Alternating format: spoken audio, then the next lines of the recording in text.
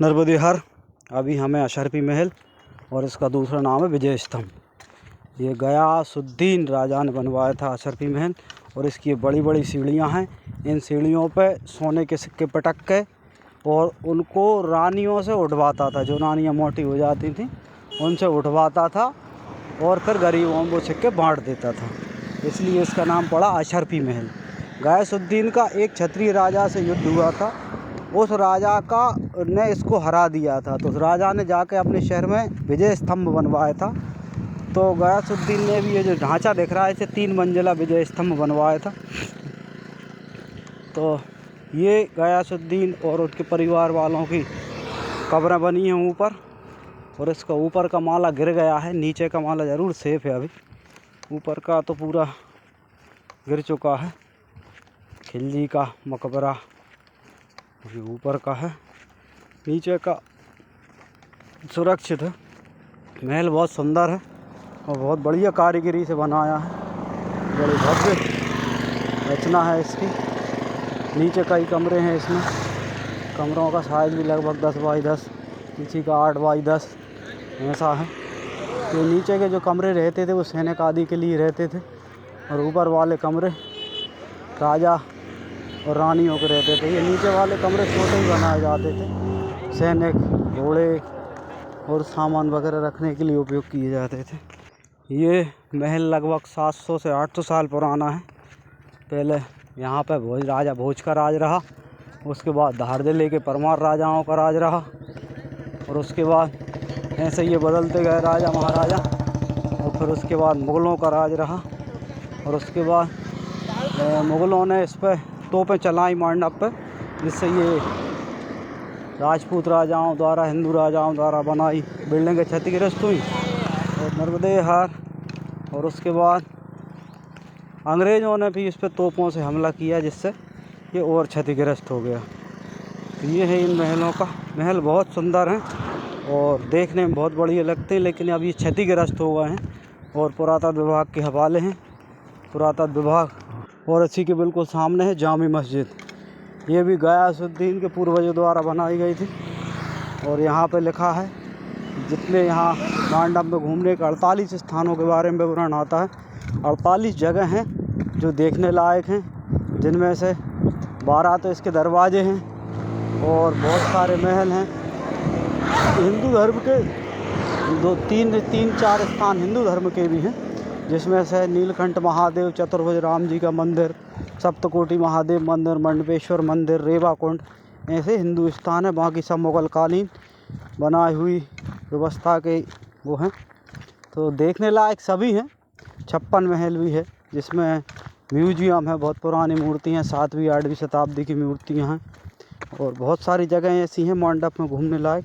तब हम जामी मस्जिद तो देखेंगे। ये बाहर से जामी मस्जिद ऐसी दिखती है और बहुत बड़ी मस्जिद है। ये भी जीने हैं इसके बड़े बड़े। भी अपन मंदिर मस्जिद में अंदर प्रवेश करेंगे तो सामने एक बहुत सामने जैसे ही घुसते हैं तो उसमें ऊपर एक बहुत बड़ा गोलाकार ये छत बना है, जिसमें खड़े होकर आवाज़ लगाई जाती थी, अजान। और उसके अंदर जैसे ही अपन जाते हैं, अच्छा ये भी बहुत सुंदर बनी है। और जब समय रहा होगा तो इसमें रंगाई पुताई होती होगी तो बहुत प्यारी लगती होगी।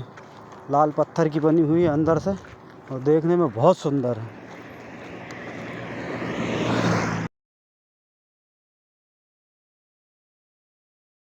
और अब हम अंदर प्रवेश करेंगे तो ये है अंदर का नज़ारा। दोनों तरफ गार्डन बना हुआ है। सामने मस्जिद का ये गुम्बज बने हैं और इस तरफ और उस तरफ भी छोटे छोटे गुम्बज बने हैं और दहलान लगी है चारों तरफ। आने जाने का रास्ता भी है और उसी में नमाज के लिए दहलान है। और ये बीच का रास्ता है। ये इस तरफ बनी हुई है दहलान एक, और ये रास्ता बना हुआ है आने जाने का। अंदर ये बहुत बड़ा ग्राउंड है, जो छत है इस पर और खंबे बने हुए हैं और बहुत तरीके से ये खंबे लगाए हुए हैं। किसी दरवाजे को टारगेट करके अगर आप देखते हैं तो सब खंभों के बीच में से वो दरवाज़ा दिखाई देता है। इस तरह से इसको बनाया गया है और बहुत सुंदर मस्जिद है। ये भी पुरातत्व विभाग ने उसमें ये ले रखा है। पुरातत्व विभाग के हिसाब से इसका कार्यक्रम आगे बढ़ता है। ये मस्जिद के नक्काशी बहुत सुंदर, खम्भों में भी नक्काशी है, छत में बहुत प्यारी नक्काशी, दरवाज़ों में मार्बल लगा हुआ है। और उस समय का इनका कलर अभी तक ज्यों का त्यों कलर है। कलर में सफ़ेद के ऊपर जो कलर किया गया था, शायद अपने जो वज्रलेप कलर कहते हैं वो कलर है इनके। अभी तक ज्यों के त्यों कलर रखे हुए हैं इनके, इतने साल होने के बाद भी कलर अभी ख़राब नहीं हुए इसके। ये बहुत प्यारी मस्जिद है। ये फ्लोर बने हैं अलग अलग, इसके नीचे भी हैं इसके फ्लोर, और इसके पीछे एक संगमरमर की मस्जिद भी बनी हुई है। ये बहुत प्यारा बना है, दूर से देखने में यहाँ बहुत बढ़िया लगता है। पुरातत्व विभाग के उसमें है, रंगाई पुताई कुछ होती नहीं है इसको और ऐतिहासिक बनाने के लिए, वरना ये बहुत सुंदर जगह है। इसका पीछे का दृश्य ऐसी दिखाई देती है मस्जिद। ये देखिए पीछे से अपन देखते हैं तो ऐसी दिखाई देती है। ये जामी मस्जिद के सामने आ गए अपन, और जामी मस्जिद रोड पे से कैसी दिखाई देती है। जब हम सड़क पे होते हैं जामी मस्जिद का नज़ारा कुछ ऐसा रहता है। बहुत बड़ी मस्जिद है, बहुत बड़ी, और पीछे से देखने में ये नज़ारा है जामी मस्जिद का पीछे से। ये देखिए आप, बहुत बढ़िया लगती है। और जामी मस्जिद को देखने के बाद पहुँचे हम सनसेट पॉइंट पर। सनसेट पॉइंट ये है, यहाँ ये एक पिलर खड़ा, गेट है ये सनसेट पॉइंट का, और अंदर एक स्तंभ खड़ा हुआ बहुत बड़ा, और इसके सामने ये सनसेट पॉइंट है। सनसेट पॉइंट मतलब यहाँ से शाम को सूर्य का दर्शन करते हैं तो ये पहाड़ियों के बीच में सूर्य ऐसा लगता है जैसे किसी तालाब में डूब रहा हो। बिल्कुल पहाड़ियों का ये ऐसी व्यवस्था है यहाँ पे कि डूबते सूर्य जब डूबता है तो पहाड़ियाँ बीच में नहीं आती, सूर्य बिल्कुल सीधा दिखाई देता है। 2-3 पहाड़ियों के बीच में सूर्य ऐसे लगता है तालाब में डूब रहा। ये सनसेट पॉइंट, यहाँ एक कोई बिल्डिंग बनी थी वो गिर गई है, और पास में है लोहानी दरवाज़ा, और लोहानी दरवाजे के पास में ही हैं गुफाएं। लोहानी दरवाज़ा तो टूट गया, अब केवल गुफाएं हैं। हम गुफाओं का दर्शन करेंगे। जो सप्तकोटि महादेव में गुफाएं उन्हें मार्कंडे ऋषि ने तपस्या की थी, और यहाँ पे जो गुफाएं हैं उसमें तपस्या तो की गई पर अज्ञात ऋषियों द्वारा की गई है, जिनका लिखा पढ़े में कोई नाम नहीं है। इन गुफाओं में प्राकृतिक जल स्रोत है, अपने आप पानी आता है, और चट्टानों के बीच बनी हुई हैं पहाड़ी के अंदर। अब ये कैसे खोद के बनाई है क्या है, और बाकायदा इसके पिल्लर बने हुए हैं, पिल्लर पर उसकी छत जो कि तुम आज भी दिखती है।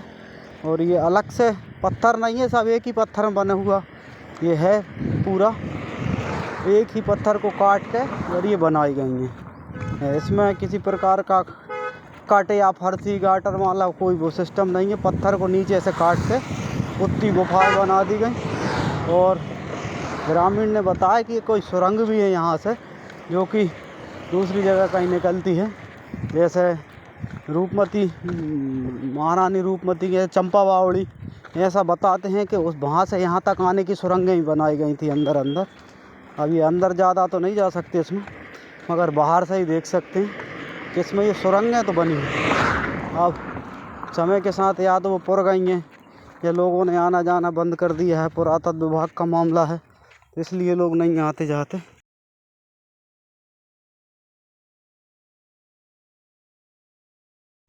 इस सुरंग में लगभग 4-5 कमरे हैं, और ये जल भरा हुआ है, और ये लगातार टपक रहा है। यहाँ से ये आ रहा है, प्राकृतिक स्रोत है।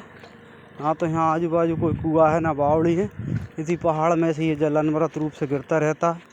और ये इसके नीचे भी मतलब यहाँ कम से कम 7-8 कमरे हैं सुरंगों में, और इसके सामने सुरंग है 5-6 कमरे उसमें भी हैं। तो यहाँ पर किसी ज़माने में ऋषि मुनि एकांत में तपस्या करने के लिए बनाई गई होंगी, साधना के हिसाब से ये स्थान है। और मांडव से थोड़ा सा नीचे है, मांडव शहर के एक कोने में ये जगह बनी है। ये सारी गुफाएं हैं यहाँ पर। ये महाराज जी मिले थे, इनने बताया इनमें धारमार भी आते थे।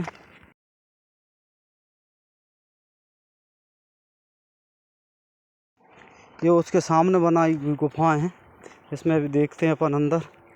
क्या है। तो ये बाहर का नज़ारा है। इन चट्टानों के बीच में भी गुफाएं हैं। ये चट्टान है, चारों तरफ पहाड़, और उसके अंदर है ये गुफाएं। और जीना चढ़ के अब हम देखते हैं क्या है।